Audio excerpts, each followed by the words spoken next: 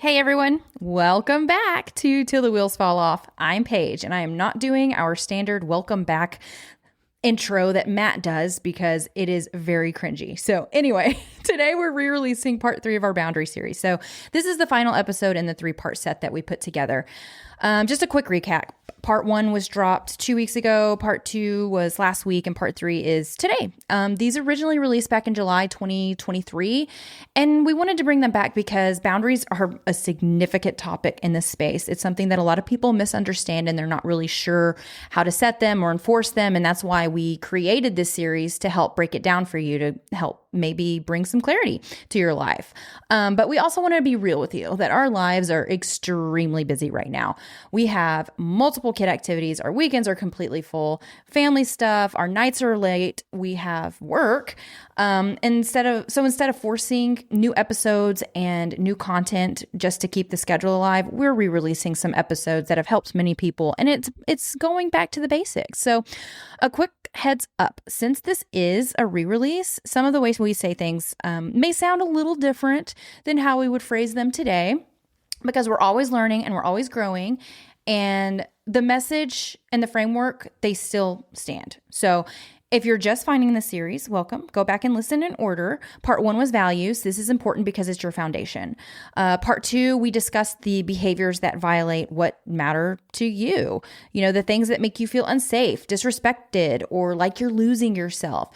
And now in part 3, today, we're going to show you how to actually set the boundary. And this isn't like a generic textbook way. We're going to talk about what boundaries are, what they're not, the mistakes that make them fail, and how to use a simple framework to make your boundary clear and enforceable. Because boundaries are not about controlling the other person. It's not about controlling other people. It's not about getting others to do what you would like them to do. Boundaries are about protecting you. And that can actually be quite empowering because that's something that, we can control. So before we dive in, if you're listening to the series and you're thinking, okay, I get it, but I'd like some more help. This is exactly why we built a program called Reclaiming You. And we built it with a licensed therapist. It's our program for spouses and partners in addiction-impacted relationships who are trying to get their footing back, trying to find themselves. We help you rebuild your values, strengthen your self-trust, communicate clearly, and make decisions that you can stand behind, whether you're, staying in the relationship or you decide you're done. If you want details, check out reclaiming-u.com. And then head over to twfo.com and check out our podcast merch. We have hoodies, water bottles, t-shirts, stickers, recovery rocks, and a couple of sweatshirts left, I think. So if you don't want merch but would like to support the show, head to buymeacoffee.com/TWFO. This helps pay for monthly Zoom meeting costs for our member-led calls in our Facebook community, and it helps us keep the message going. So we appreciate all of our listeners. Thank you so much for being here. But one more thing before we start, this episode is brought to you by SoberLink. If accountability is a constant fight in your relationship, you already know how exhausting it is to live in the cycle of just trust me, followed by, the confusion, anxiety, and broken promises. SoberLink is a professional alcohol monitoring system that helps bring transparency and structure into recovery. For many couples, it reduces the guessing and helps rebuild a sense of safety. So get started today for $19 a month. You still have a monthly payment plan costs, but since you listen to the show, SoberLink will send you a $100 gift card and you can use that towards the purchase of anything. So if accountability is part of your situation right now, check out soberlink.com/wheels.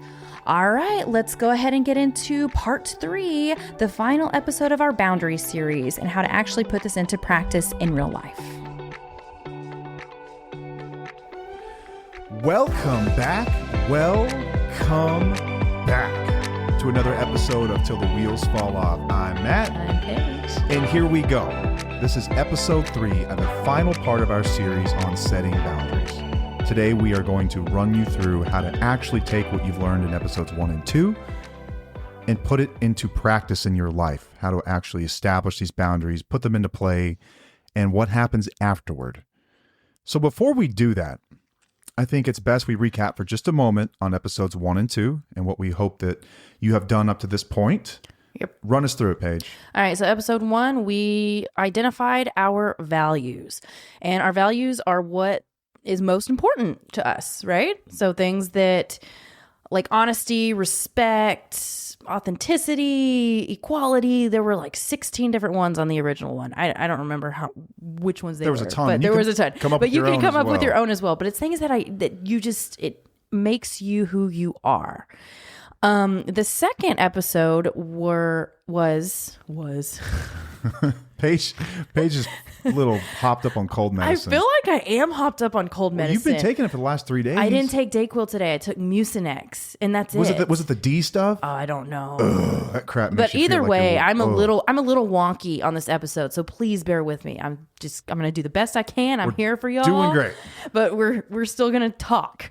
Okay, so the second episode was about what pisses you off, things that make you mad, things that are the opposite of values. Behaviors that violate the values. Yeah. Yep. So like lying, cheating. Yeah, addictive behaviors. Yeah, there was a million of them that were in there. Lack of accountability. Yeah. So those were 1 and 2, and there was a reason why we did those, because we have a formula that we will get to in a little bit. Yeah. Before we do that, though, I think it's important to talk about boundaries and sort of a broad conversation about what they are, what they aren't, some do's and don'ts when you go to set these things. So let's just wax philosophical for a moment about boundaries. I think that for many people that approach us, they are looking for a magic bullet to fix their partner or fix their life. Yep. But what are boundaries actually doing? They're protecting you. Boom. They are not for the other person. Yeah. That's the simplest. You have to set the boundary up that's going to benefit you in the long run. You have just distilled boundaries down into just a few words. That's perfect. They are to protect you, right? If the intention behind your boundary is to manipulate or change someone else, it's probably not going to go well. Mm-hmm. But they've got to be to protect yourself. They got to be to protect your values. And when your values are violated, to protect the sanctity of your esteem and who you are as a person. To keep that moving forward, you've got to put boundaries to protect yourself from toxic situations, outcomes, and people. That's what boundaries are for. They're not consequences for other people. Now, sometimes in rare circumstances, I would even say, they can serve as a wake-up call for some people. Absolutely. There are some relationships where you give someone a boundary and they're like, holy crap, I've been wrong and I'm sorry. But it's rare these days. Right. And for what we deal with when we deal with addicts who closely resemble, if are not already, narcissists, these are people that are probably not going to respond well to being told what to do. Right. So, okay, can you give that example real quick about what you told me earlier with the smoking? What was it again? It was in the room, like if I'm not going to... Oh, yeah. And I think it's the way that you worded it that really helped me open my eyes to how boundaries, it's really about how you word it and where your intentions lie. Yeah, your intentions are everything. So the example that we were discussing earlier, we went through this, we've been talking about this since like 9 this morning, going through all of this to make sure that we get the message across as best we can. We have so much to say about it. But think about smoking. Let's say you have a partner that smokes, okay? And you want them to stop smoking because you think it's grody. Just don't grody. like it. Oh my God. I don't like smokers. There's something nasty about it, whatever. So you tell them you need to stop smoking. I will not sleep with you anymore if you're smoking. I will find some way to make your life a living hell if you smoke. Yeah. This is kind of what I've got at, right? Right. That is a form of manipulation, okay? That person doesn't have to choose to stop smoking, and in no way is it necessarily protecting you. Now, if your intention is, I want to be healthy, I hate the way my house smells, I don't want my children inhaling this, this carcinogenic combusted carbon crap and in my gross. home. It goes against your values. And it could be, disgusting. I mean, you just don't like it. Hygiene, whatever it might be. Right. Then you would say, if you choose to smoke, I will leave the home.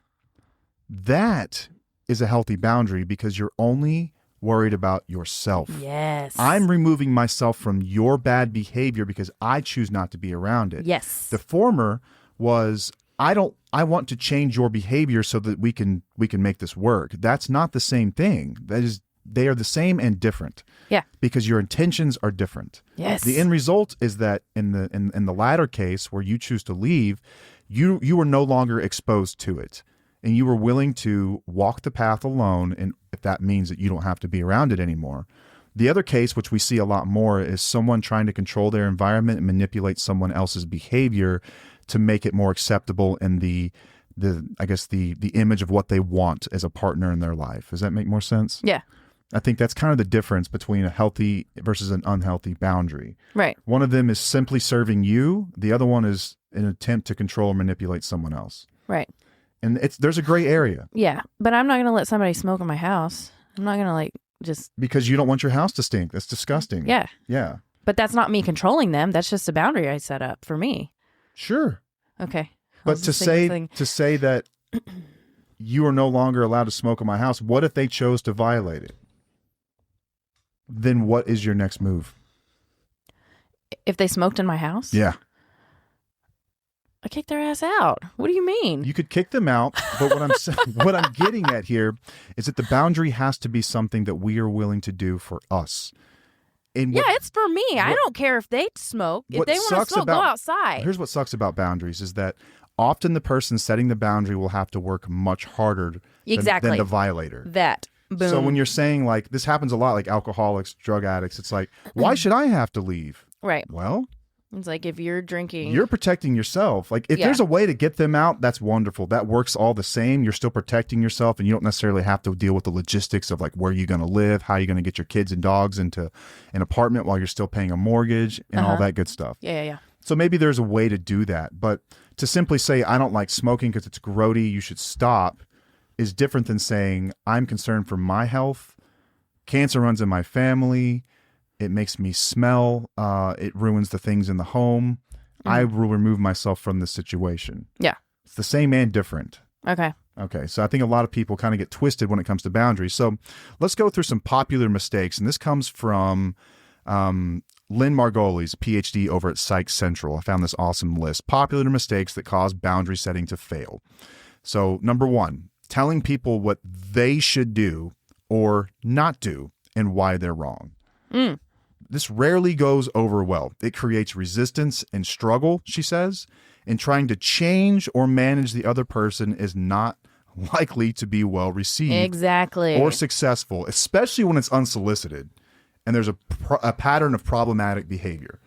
And let's just, from the time we are children, we don't like to be told what to do. Adults are no different, especially adults with a problem. Yeah. Ooh, yeah. Don't like to be called on that stuff. So number one is don't just tell people what they should be doing and why they're wrong. Right. Okay, 2, poor timing / wrong intent. Reacting from anger or frustration in the heat of the moment when you're at your wit's end. Yes, this happens a lot. We've all been here before in a relationship. Yes, and I was going to say with this one, also don't bring it up whenever your spouse is actively using. Yeah, terrible idea. Yeah. Yeah, approach these conversations when someone is lucid and sober and calm. And I would say look for a quote-unquote neutral situation. Yeah, right. Neither hot or cold, and bring it up when it's appropriate. Yeah. Number 3 is trying to get people to admit or own up to something or recognize that the limits are for their own good. Mm-hmm. This is another tough one. This is sort of falls into that manipulative type of behavior. Right. Yeah. This is for your own good. Everything will be better. Remember, we all have the power of free will and choice, and we can do what we want. If this person wanted to do these things, they would be doing them. Yep. Nothing you say or do is going to make that better. When it comes to addiction, that's generally the case. Yeah, absolutely. Especially if this is an ongoing problem that's been discussed over and over and over, trying to get them to logically reasoning with them. And if you've ever dealt with a narcissist, you know how this goes. Yeah. You cannot reason with people who are unstable like this. I was going to say mentally unstable people. This is the same. I have presented the most elegant, beautifully crafted arguments for why a narcissistic person should behave one way or another, and you are met with the most childish backlash that you've ever encountered. Yeah. It never goes anywhere. Yeah. It will leave you feeling defeated, and you will just lose faith in humanity. Absolutely. Like, oh my God, we're all doomed. Yep. If that didn't land, we're all doomed. Yeah. That's how this usually goes. The next one is saying too much, justifying, over-explaining, and being invested in convincing the other person that what you're saying is reasonable or right. Oh, so guilty. Did you feel that one? Yeah, I felt that one hardcore. Tell us about it. Please share. Oh my gosh, with you. How many times have I tried to like convince you that what I'm doing is right or whatever, how I believe this is boundary, this is accurate, and you're just like, shut up. However many days are in 22 years, And however many that is, that's how many times you try. It's so exhausting, y'all. Don't do it. All it does is it just, now it's time to debate. Now it's debate time. Now it's argument time. Yeah, and now it's more about them and not you. Exactly. It's all about the other You can person. always defend when it's about me, but when it becomes them and you walk into their territory, into their cage, and now you're telling them how to run their own home inside their head, best of luck. It's so much easier to look at other people's problems than our own problems. Oh, taking others' inventory is easy. Yeah. We all do it when we gossip, when we think about people, when we talk about people, when we read other people's Facebook posts, Yes. It's really easy I to have do been that. so guilty of that, but I will tell y'all, when you let that go and you focus on you instead, that is the most empowering thing that you can do for yourself. It feels good. It's refreshing. It's like, Yeah, and so when you're grounded and you're emotionally separate from the other person, it's a much different conversation. Absolutely. Okay, the next one is being unprepared. And this includes not factoring in what you already know about how things will realistically play out. Ooh, yeah. Right. So run the tape. All right. Pretend that you're watching. I think we covered this in an episode long ago. Yes.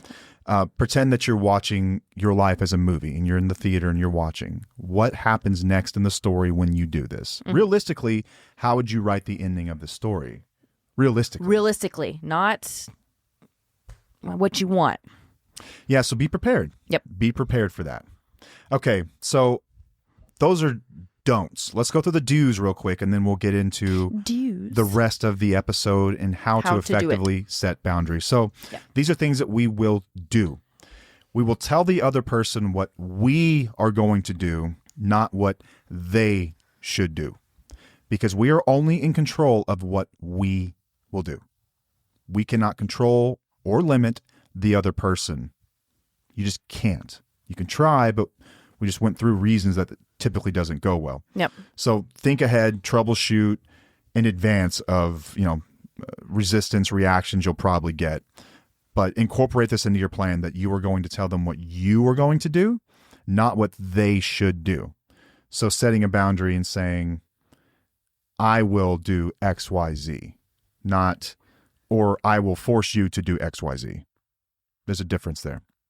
All right, number 2, be firm, but dispassionate, clear, and concise when boundaries are established and when enforcing. What that means, once again, we talked about picking the right time to discuss these. Neutral. This has to be neutral. No different than when you're at your favorite burger joint, you order your burger, you just say it, in a neutral tone. I just need a hamburger with cheese, pickles, onions, ketchup, and mayo. End of story. You set your boundaries the same way. Yeah. You don't come at it with this big, long, drawn out story. It's not a proposal. It's not even a conversation, really. No, it's literally a sentence. Yeah. End of story. No fanfare. Just in the proper moment. No tone, no struggle, no explaining. It's minimal effort. You're just going to say it, and that's that. Okay. Once again. This is all easier said than done. Right. Just throwing that out there because I know people are listening right now thinking the same damn thing. So once again, we talked about the opposite of this one. So we are going to make it about us and our limits based on our values, not about them or what's best for them.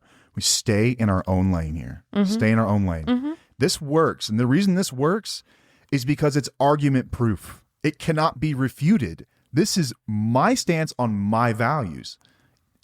It's not an argument. This is my reality. This is what I'm living in. This is my life. This is what I'm going to do. Here's how it's affecting me. It's about me. It's not about you. It's about me. Yeah, I'm having questions about this. About what? I'm trying to find a gray area when it comes to alcoholism and asking people not to drink. Let's dig into that. Go ahead. I want you to help me dig into this. That's what I'm asking you. Do you understand what I'm saying? So give me an example you're running through in your mind. Because I had an example, like I feel uncomfortable when you drink. Going forward, I will remove myself from your presence if you decide to drink. Is that a way of controlling somebody, or is that protecting your values? If one of your values is, okay, I had this conversation right before we started. So if one of your values is, let's say it's clean body, clean mind, and health. Okay. If that's one of your values, then I think that absolutely. What's your intention for not wanting to be around it? Is it because you don't want to be in an environment where you could be led to do it? Okay, it could be that. It could be because they know that when they drink, it's going to cause even more problems. It's going to be, they're going to be mean. They're going to be angry. They're going to throw things. It's going to be a totally different person, or they're emotionally detached. Like there's so much more that goes into it. So that's great. So as long as it goes back to a value that you can defend, that's a boundary you put in place for you. Okay. So I had this conversation on the phone earlier with a good friend, and we were talking about this very thing. And he said that he had a friend who was in a relationship with somebody. When they got together, everything was fine. He was a social drinker. They were all, I'd say big drinkers. Everyone's kind of a big drinker in college. This is what you do. Mm-hmm. He got with this person, and about 3 or 4 months in the relationship, she drops this on him and says, I don't like alcohol and I don't want you drinking. Okay. The end. There was really no explanation as to why. It was, I don't want you drinking. I don't want you around it. I don't want to be around it. So she hated every one of his friends, and he loved the girl. Okay. So to placate her and to keep the relationship, he stopped drinking. Mm-hmm. He quit drinking. And anytime he did drink, it would be like once or twice a year at weddings or something like that. And he had no tolerance. And so he would get absolutely annihilated and make a fool of himself. Okay. Which probably gave her actual purpose for this thing. Mm-hmm. But the boundary that she put in place was to manipulate and control him to be a partner that she desired. Okay. It was to make him something that he really wasn't. Uh-huh. And I feel like that's manipulation, because if she came to the relationship and said, this is who I am, okay, this is what I'm about, okay, I think you give him a decision to make at that point. Right. As opposed to being dragged in and then told, okay, now that you've had a taste, moving forward, this is what it has to look like moving forward. Okay. So if she came from a situation, let's say that she grew up in a family where it was ripped apart by addiction. Uh-huh. We know that's not fun. We know that leaves scars and trauma. Yeah. And you don't wish to be around it for those reasons. That this is the result of drinking in my experience, is it rips apart families. Nothing good comes from it. I also come from a family where addiction runs in, the genetic line, and I fear that if I'm with someone who's drinking all the time, I could slip into the same habits and I could destroy my own life. That's not what the conversation was about. Okay. It was about, I don't like a partner that drinks because. Okay. That's just it. She wanted him to quit hanging around his stupid friends and acting like a child. Okay. It wasn't about... It could have been addressed much differently in a way. It wasn't so much about her need for safety or security. Okay. It was about her wanting to manipulate a partner that she saw fit. Okay. Does that make more sense? Yeah. But I still feel like this is me wanting a partner that's more fit too. But it's different because they're actually being, abused at a level. There are consequences. So so we're not talking about someone who's casually drinking here. Yeah. And I don't think that most of our listeners have partners that are casually I'm drinking. literally, this is my black or white, all or nothing thinking. So Okay. I need you to bear with me. And a lot of our Sure. listeners are going to have the same cognitive You're right. distortion. If you have the question, because someone else has it this too. is something that I've had to work on for many years. And it still pops up occasionally. Obviously, it's popping up right now. Right. And I'm having questions about it. And I know that there's a gray area here, but I'm trying for the listeners because I know they're going to ask the same questions. Okay. So when it comes to alcoholism and addiction, it doesn't take long to figure out where your values have been violated and why this is not something that you want in your life. Yeah, that's true. So it has affected your security, literal security. Some of these people have been abused and physically harmed, or emotionally abused, or had their children put in danger because of this person. They could be drinking and driving. They could be doing all kinds of crazy things like that, right? We also have the fact that this could be financially detrimental. Mm-hmm. We have people who will spend money that they don't have. They will, financial Like it's infidelity. tearing their lives apart. Like this, it's there's so much going on in their lives that's really it's just tearing them apart. Yeah, and it's it all affects their based emotional on security. I mean, you name it. These people don't feel safe in their own skin or their own emotions in their own home with and their they feel partner. lost, they feel confused, they feel like they're to blame, they feel so many emotions and they've lost who they are. That's where you know that boundaries need to be put in place that right, are like this, and it's appropriate. Absolutely. And there's also ancillary effects from alcoholism. So you've got not just with someone who's drinking, like they're just drinking. We're usually not just sitting there quietly drinking. Some do, but a lot of times you get people who are incredibly emotionally abusive. They're calling you names. They're making comments about your weight. Yeah. They're telling you that you're lower than low, that you're scum, that you're the problem, you're the reason for all their problems. Yeah. These are things that I think are worth putting a boundary in place for. You're protecting yourself. How is this good for you? Absolutely. To be in this type of environment. Right. As opposed to someone who's having a few drinks now and then. Right. So it's to protect you in these very serious situations, not to actually control the alcoholic or addict to change their ways, because you have to go in knowing that they may or may not change their ways. But even if you just didn't want to be around drinking, let's say one of your values was personal growth and you felt at your core that alcohol could be a violation to that, you have the right to set a boundary. You just have to be prepared with what the fallout could be from that. Okay. And that's fair. If you're willing to die on that hill, then great. That's good for you. Yeah. That means you feel strongly about your values. And I think that's wonderful. Okay. Does that cover it? Yeah, at all? Did I answer that well? Thank you. Do you understand where I was coming from? For sure. Okay. I think it's a great question to ask too, because you're right. Yeah, all or nothing thinking is at the root of a lot of this thought. Absolutely. And that's why boundaries can be so freaking difficult. Yeah. And so we cover the do's and the don'ts, and I think something unspoken here. I think there's an acid test for what a good boundary and bad boundary is. And so this is something like we just discussed this kind of an acid test. So like just looking at it right off the bat, let's discover if this passes the boundary test or it fails the boundary test. Am I trying to just change someone for no good reason, or am I actually protecting myself? Okay. So number one, why is this boundary important to me? What's the motivator? Another way of saying that is, what value is this protecting? Okay. If you can answer that question, you're in good shape so far. Number two, is this for you or for the other person? Is this for you or the other person? Okay. Question two to ask yourself. Three, is this realistic? Ooh. Is this realistic? Very difficult one to answer. And I think you could make a case that sometimes it's not realistic at the moment. Mm-hmm. And there are other times where you could also make the case that if you really wanted to figure it out, you could. Yeah. Difficult. Everyone's situation is different. But is this realistic? The last one, what are you going to do after you apply it? So once you install this boundary, what are you going to do? What's left in the wake? And understanding and knowing well that this very well could kill the relationship. Yeah. This could. Yeah. It could happen. It could.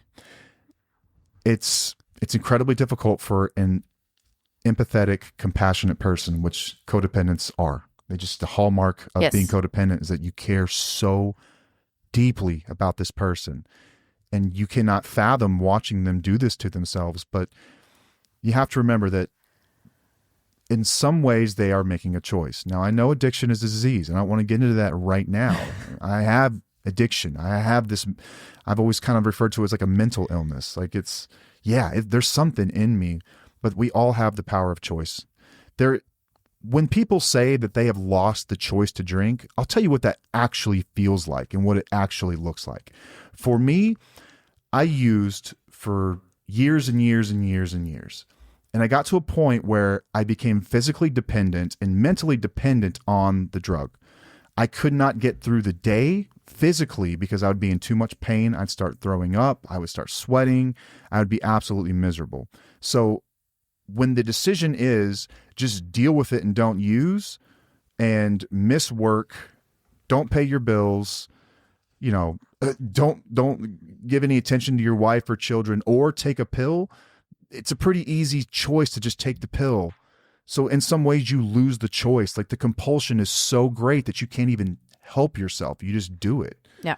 And the other piece of that is behaviorally, we lose the ability to to deal with life in any other way except with this magical trick, which is taking a substance to make it better. But I can tell you, when I was in the middle of it, even when it was at its strongest, I still knew what I was doing. And I had guilt and I had regret up until the point that buzz hit me, and then I was fine. I was perfectly fine. They are ill. They are sick. But this is a treatable disease, okay? Yes. And rock bottom looks different for everyone. Chances are you are not going to create the situation which just, suddenly makes them see, okay, I'm at the bottom. Maybe you do, but you hit rock bottom as an addict when you stop digging. When I stopped digging, when I made the decision that enough was enough. Yeah.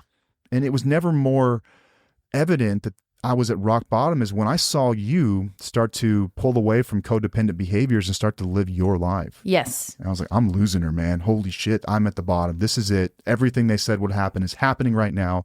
I can't stop. She's leaving. I'm going to lose it all.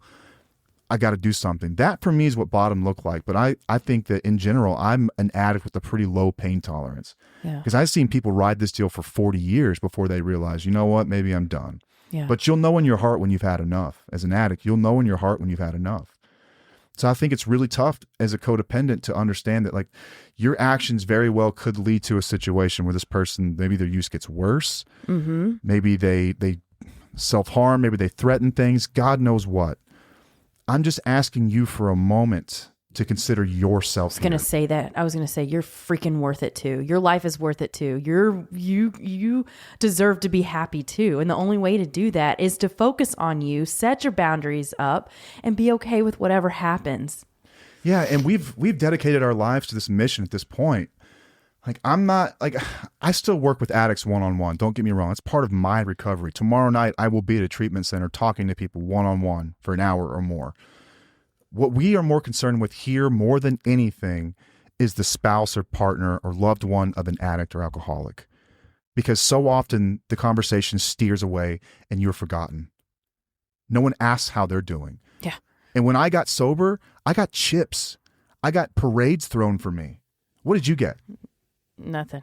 Absolutely nothing. I remember you being in tears. I was at like one when point. I got my 1 year chip, and you're like, what about me? I know. You know what I've been through? Yeah. No one celebrates me. No one talks about my experience here. No one talks about what you went through Nah. for me to get to where I am today. And very few addicts have this conversation either. They're not talking about what they put their spouse through and how that could have been easier and ways to prevent this moving forward and ways to get them into situations that are healthier for them. No one's talking about this. We're talking about this, though. Yeah. And that's what TUFO is about. That's what we're here for. So we love you all, and we will love you until you can love yourself. That's what we're doing here. Yep. I want to put that out there. I want to put that out there. Beautiful. That I read the stories now and like, holy crap. Matt's man. had a lot of eye-opening experiences the past couple of weeks in the TUFO community. And he's looking at this experience from a totally different light, because he says that in AA and they don't talk about the spouses and Never. don't talk about what they've put us through. And he's seeing it from other people, and it's been emotional for him. I was in my office I know last I'm week. just speaking for you, but No, it was you like, are. Like, these are conversations we've had. I mean, I was in tears, like bawling my eyes out, reading someone's story in the group the other day. I'm like, we just don't talk about this stuff. We don't talk about what these other people go through and the battle that they're going to have to fight that no one seems to address. Right. There's a few articles online and that's it. There's Yeah. nothing else for them out there. I mean, and it breaks my heart. There's stuff, but we are very stubborn people too, to where we don't look through, Yeah, like I was telling Paige, I said, every addict in recovery should have to do what we're doing Yeah. if they really want to see the wreckage of it. Yeah. If you really want to get a feel for it, start to work with the spouses and loved ones. Yep. You have no clue the damage and the amount. And even with our own marriage, like we still uncover things. Yeah. And like, you want to talk about really letting this resonate and sit in as the abuser. Like, there's nothing more powerful than that, than having to sit in it and live with it and then work through others and help them through it. Yeah. Like, this is our way of giving back, my way of giving back, I suppose. And I think this is your way of just standing on a platform and saying, I figured it out. I'm here to help. Yes, I'm giving them a voice that I did not have back then. And I think it's so huge for those people to have a voice. It is, man. It's tough, and the result of your boundary, kind of going back to the discussion, very well could be that your relationship ends there.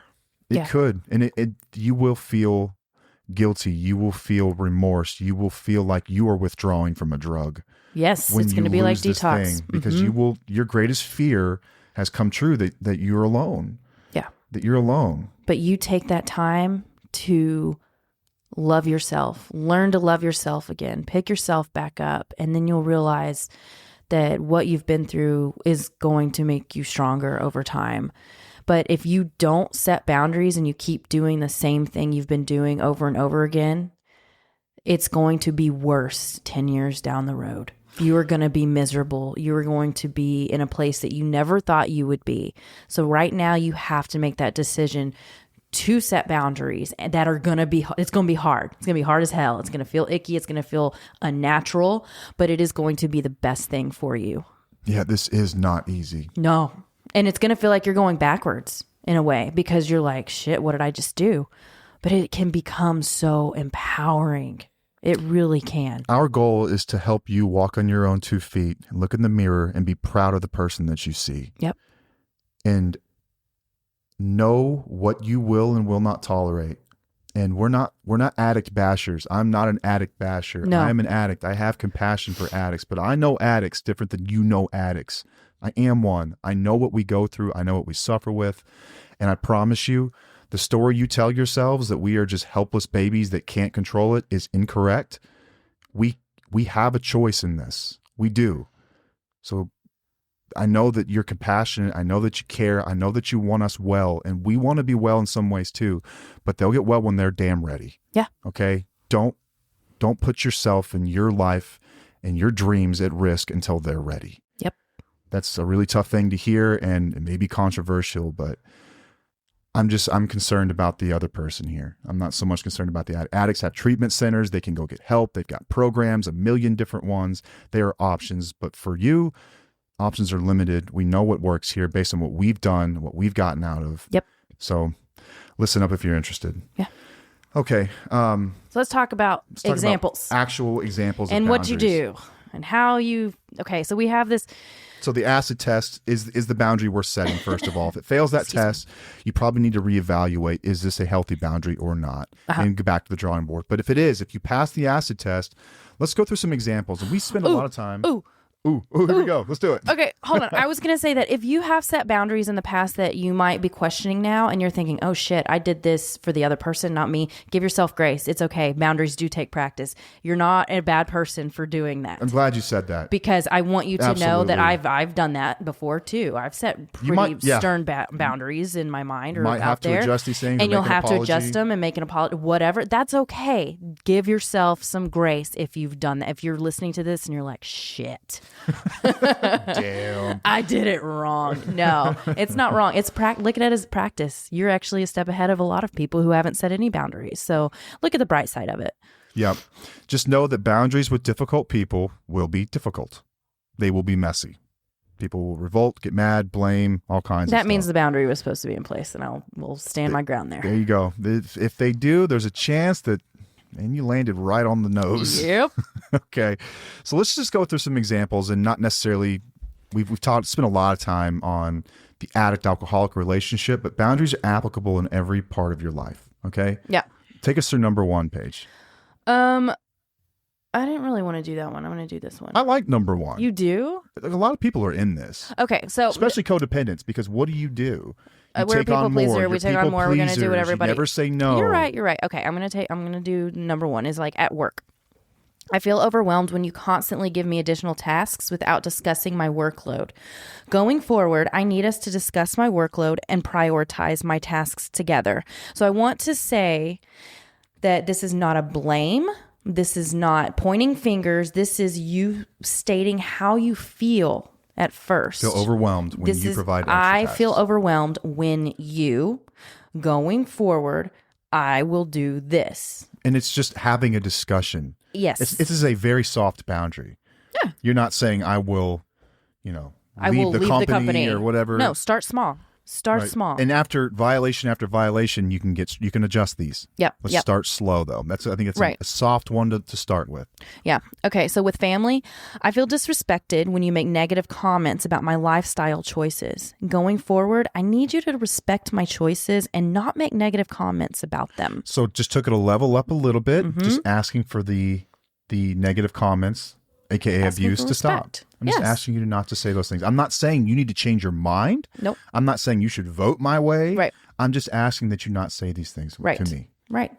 In a romantic relationship, I feel uncomfortable when you make plans without consulting me first. Going forward, I need us to discuss plans together and make decisions as a team. That's not asking for too much. No, you're asking for a conversation. That's it. Mm-hmm. This facilitates further growth for both people as well. Right. This is a great boundary.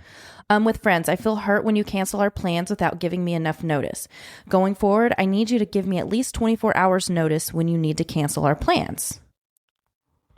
Yep, that's a good one. In a social setting, I feel... Hold on though. What? If someone I know. told me you got to give me so I work in logistics and it's all about like time frames and notice. If a friend of mine told me this, I would probably just block their number. I'm like, that's a guy I don't want to deal with anymore. Exactly. And that's totally acceptable. There's nothing and we wrong would both with that. be better off for it. Right. It means that, okay, maybe we just weren't meant to be. That's okay. I was waiting for you to say something. All right. In a social setting, I feel uncomfortable when you make jokes at my expense. Going forward, I need you to refrain from making jokes that are hurtful or disrespectful to me or anyone else in our group. So with these, there was no consequences that were put in place. So you kind of have to... You're asking for further conversation. Yes, you're asking to talk about it. And then if it continues to happen, you can reevaluate your relationships. You can see, okay, you know what? This just isn't going to work out. I'm not going to be at this job anymore. I need to take less time with my family. I need to leave this person in my relationship. That person's just not a good friend for me. You know, Yeah. that's okay. Change your friend group, But you're whatever it still might giving be. them the opportunity to make a change. But I will also say that sometimes you don't have to verbalize your boundaries, Tell me what you mean. because I believe that if you are standing up for your own values, your actions are going to show what your boundary is. And that's what I did with Matt. You know, I was angry that he didn't ever want to leave the house and he wanted to stick around at home and drink and do drugs all the time. And I was like, I want to be with my family. So I would just leave. I did No not. discussion, man. No discussion. I would leave. I'm like, You weren't even mean about it. You were just Nope. like, all right, I'm out of here. I'm I'll be gone. home about 9. I'm done. Peace. That was a nonverbal boundary that I showed with my actions. I remember when the first few times you did that, you closed the door and I just went, shit. Yeah. Really? Yeah. So whenever you have your values in place and you know who you are and you know whenever they're being they're being Violated. violated, thank you. It's easier for you to just show up by your actions and show what you accept and what you tolerate and what you don't. Before we get on to boundaries for an addict, I did want to say something. We discussed all or nothing thinking and how that tends to be a common attribute of codependent. Mm-hmm. When it comes to all or nothing thinking and boundaries, let's say that you've got a boundary around a friend who is always late. You've got a friend who shows up to the airport late. They never call you back on time. They never pay you back on time. Like whatever it might be, they're just always late. Mm-hmm. And let's say that you communicate the boundary and this person shows up 2 minutes late.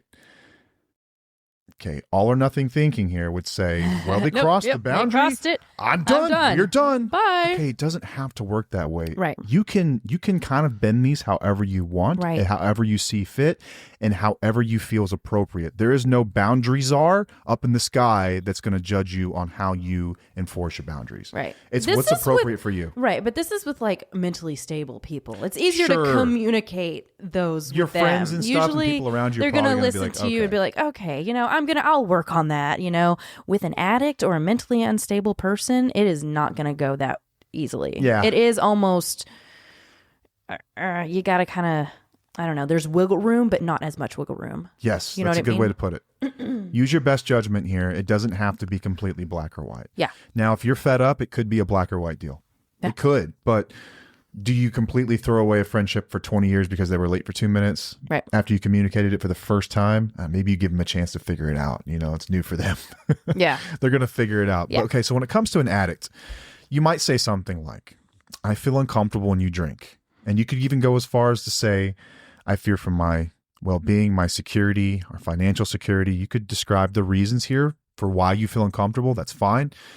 You don't even have to go that far. I'm just, kind of an example here. Mm-hmm. Going forward, I will remove myself from your presence if you decide to drink. You, unfortunately, have to take Action. the active role Yeah. in the action.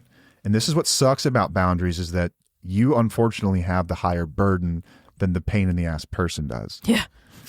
And a lot of people hate hearing that, but I that's the way know. boundaries work. So let's say that the boundary is crossed once again. What do? You enhance the consequence. So I don't even like the word consequence there. I would say you enhance the action. Yeah. You enhance the outcome. Yeah. I feel uncomfortable and disrespected when you drink. So going forward, I will leave for multiple days. Maybe you go stay with a friend, with your parents, Family, whatever something. else. And I think that in some ways, boundaries when it comes to an alcoholic or addicted relationship, in some ways you are sort of tapering yourself off of the relationship. I think that you're sort of getting yourself used to life without this person. Mm-hmm. And this is one of the ways that you do it is sort of removing yourself from the situation. Sometimes they will surprise you, and I hope they do. I hope that they decide this is enough. But when they don't, in some ways, what you're doing is you're preparing yourself for life without them. Yes. It's really, really tough because I think that people, when they first come to us, are like, help me save my marriage. Yeah. I'm like, I want to give you a huge hug and say, Save yourself. I just want you to save. Let's just worry about you for right now. When you love yourself and you are your self-esteem is high, you can get through anything. Like, it's so much easier to get through all this stuff. It's just going to take some time and some patience and some practice. And yeah, sorry. Yeah, no, and hey, listen, if your values are being violated, like we talked about having a pretty short, clear conversation, neutral conversation. I think it's fair. You could say, I think treatment may help you, meetings may help you. Mm-hmm. That's fair. You can say that, and if they choose not to get help, go back to your values and ask if that's the kind of person that you want to spend your life with. Someone who's disrespecting your values, and maybe it's time to reevaluate your relationships and what you really stand for. A lot of the times, addicts and alcoholics are violating almost every value you have in place for yourself. Yeah, man. At least whenever I think about it, and there are people in my life who violate every single value that I have. People will argue this, but I can speak from experience to say that at the root of a lot of addiction is selfishness. I didn't care about anyone else or who got hurt necessarily, as long as I felt the way I needed to feel. Now, doesn't mean I wanted to hurt anyone else. I didn't want to hurt. I didn't start by saying like, I hope this hurts them. I want them to hurt. No, I don't think that far. When it came down to me getting what I needed versus like you going through a tough time, I won every time. So there was a degree of selfishness there. Yeah. I was concerned with me and what I needed. As soon as you started to do the same thing, I kind of started to see the light. I don't think that's a coincidence. Yeah. Dang. But I don't think it's selfish. What you were doing wasn't selfish. No, you were just living you. You were just doing you. You stopped focusing on me and started taking care of yourself. Yeah. And we are probably the rarer case where things worked out. And I hope everyone's relationships work out. Like, I want to be sitting at dinner with a listener and their partner one day and talking about how they worked through all these things. I do. But I would also like to meet someone who learned more about themselves and what they stand for and how they learned to walk on their own 2 feet for the first time in their life. Yep. I would love to have that dinner conversation too. Absolutely. And how you wish the other person all the best and you hope they're doing well and you pray for them and your heart still breaks for them and you still love them, but you will not suscept yourself to that type of abuse anymore. That right there. So Yep. I think that wraps up boundaries for us. Yeah. So the equation is your value plus violation, which is episode 1 plus episode 2 Equals your boundary. And everything that we discussed around the boundaries, the do's and the don'ts. There's a lot here to digest. You might need to give this one a listen or two. Yeah. We've got guides on this stuff as well. Yeah. And I'm sure we will go down this road again at some point too. When Probably when will. we come up with some more information or more examples that we've seen, For sure. or that we do see. So, yeah, it's a big topic that a lot of people can benefit from. It is. And y'all, I hope And it's there's so helpful. much to it. I really do. I hope this was helpful. I hope that you took something away from this, whether it be, some of the truth bombs or some of just the information that's going to help you actively go out and set a boundary. I hope that something here was helpful for you. Yes. Awesome. Well, I think that's all we've got. Any updates in the Tufo universe here? No, No. I don't think so. No, man. I just appreciate everyone that listens and participates and engages, and they reach out and help other people going through the same thing. This thing's blossoming, and I love to see it. Mm-hmm. And I thank each and every one of you for sharing a little piece of your soul with us and other people that are involved in the community. I think it's amazing. I love that y'all have a voice now. Me too. Use it. Me too. All right. Well, until next time, I am Matt. I'm Paige. And we'll see you. Bye.